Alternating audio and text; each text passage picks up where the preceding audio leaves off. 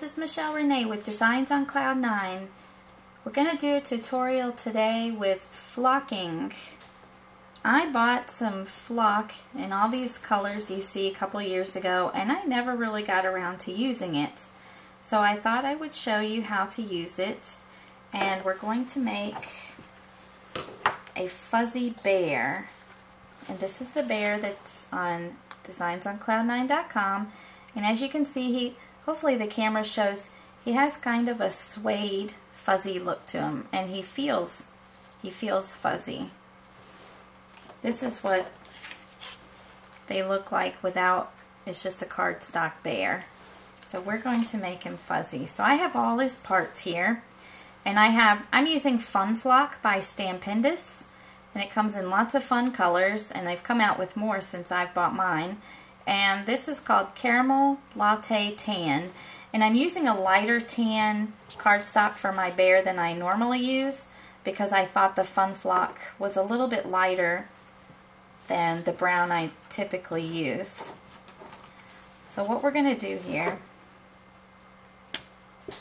is I'm using the Zig two-way adhesive pen, and I like this adhesive because it goes on, it dries nice and flat and clear, but also once it's dry it is tacky. It's still sticky and tacky when it dries. So I've already inked or chalked around the edges of my pieces because I found from trying it the first time that you can't really, at least if you use ink, it doesn't really work well once the flock is on the paper. Kind of rubs the flock off the edges.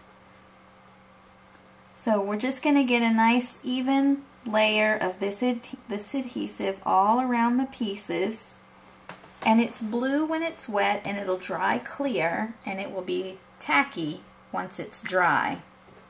Now that my piece is dry, if you touch it, you'll feel the tackiness of the adhesive. We're going to open our Fun Flock. It kind of reminds me in the jar of like the stuff in your attic, the insulation. It's just kind of fuzzy, fluffy fibers. So I just cover the piece. You just kind of lightly with your finger kind of tap it or rub it into the adhesive. And then just kind of tap off the excess there.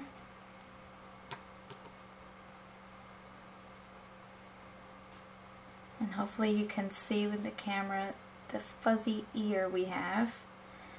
And then you always want to work on a scrap sheet of paper, because once you're done, then I'm just going to turn the other piece upside down in this little pile I have there.